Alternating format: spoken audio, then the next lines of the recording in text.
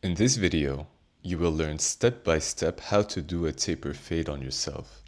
Now guys, the same system is used in absolutely every single haircut, so in theory, once you finish this video, you'll be able to do anything on yourself. Let me present to you very briefly the main steps of any haircut. We always start by debulking. Debulking is when you give the overall shape of the haircut by getting rid of the excess hair. The second step is when we fade the hair. The third step is when we line up, and the final step is to trim the top if that's necessary. So let's get right into step number 1. We're gonna debulk using our clippers with the number 3 guard. Take off any excess hair in the areas you're about to fade in. This will make it easier to work with smaller guards when we will fade the hair. Make sure you use a flick out motion to facilitate making that transition into the longer hair during the fading process. Now that we've got the sides to a manageable length, we're gonna start fading. Start by setting a guideline using your trimmers. Set this guideline however you want your taper to be. If you like low tapers, set a low guideline. If you like high tapers, set this guideline higher. Just make sure to set it in the same spot on both sides of your head. Next, grab your clippers, open the lever and set the next guideline above the previous one we just set. Guys, when using clippers, always use a flake out motion. This makes the guidelines we set easier to fade out. Do the same on the other side of your head and make sure everything is symmetrical. Now that we've got the zero guideline and the lever open guideline set on both sides of our heads and we've made sure that they are both symmetrical, we're going to focus on one side at the time. We're going to start by taking out the lever open guideline.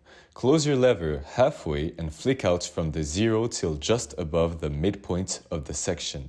Then, close the lever completely and take out that 0 guideline by flicking out until just above the guideline. If you still see a line, take it out with your trimmers using the same motion. Using a number 1 guard with the lever closed, set your next guideline. The distance between every guideline from now on is going to be the same as the one we set between the 0 and the lever open. So use that as a reference. Using a number 2, lever closed, set your next guideline. Make sure you really exaggerate the flick out motion with this guard, as we are starting to transition into the long hair. To make that transition into the longer hair, you've got two options. You can either keep setting guidelines using bigger guards, which is more beginner friendly, or you can use scissors like I'm doing. Using your fingers, grab the excess hair and start cutting. Make sure you don't grab too much hair when doing this technique. Section out your hair using a comb if necessary. Now that the transition into the longer hair is made, we're going to finish up the fade by fading out the two remaining guidelines. To remove the line between the number 1 and the number 2, put on a number 1 and open the lever. Flick that line out by cutting just above it.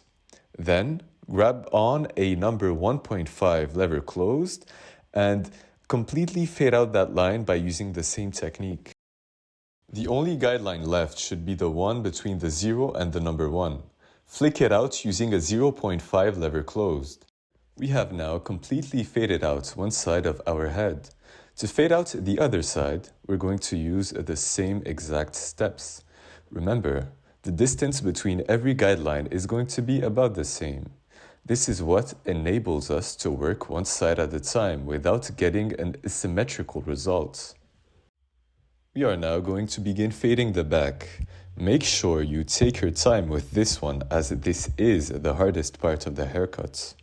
Start by carefully setting the 0 guideline using our trimmers. Use both of your hands as it makes the process a whole lot easier. Set the 0 guideline on one side of your head, then switch the angles of your mirrors to set it on the other side. You can also use a handheld mirror to make sure everything is straight. Do the exact same with the lever open guideline. Remember to flick out when using clippers, even when working on the back. Make sure these two guidelines we just set are as symmetrical as possible, as they are the reference for the whole fade, just like we did on the sides. Once we are done setting these main guidelines, we're going to work one side at the time. The fading steps always remain the same. We begin by taking out the first guideline by flicking out with the lever halfway closed, then fully closed. We set the number 1 closed guideline, then we set the number 2 guideline. We transition into the top using a number 3 or above, or using scissors. We take out the number 1 guideline with a number 1 lever open, then 1.5 lever closed. We finish off everything by flicking out the last guideline with a 0.5 lever closed. Once that is done, we do the same with the other side. Switch up the angles on your mirror and repeat the fading system. Use the other hand for the other side. As always, the distance between every guideline is the same. We've just completed the fading process. Now, it's time to make everything come alive with the lineup. Using your trimmers, start lining yourself up using gentle movements. Never press hard on your skin when using trimmers. It is ineffective and you will damage your skin for no reason. If you're having a hard time creating a line, try hitting the hair with different angles instead. You can pause the video to see how I hold the trimmers for every line I'm giving myself. For the hairline, start from the middle and slowly make your way to the corners. With everything lined up, the last thing to do is to trim the top. Decide for yourself how much you want to take off. By picking out my hair and looking at myself in the mirror, I can instinctually see what has to be cut. Everyone has that ability, so don't overthink it.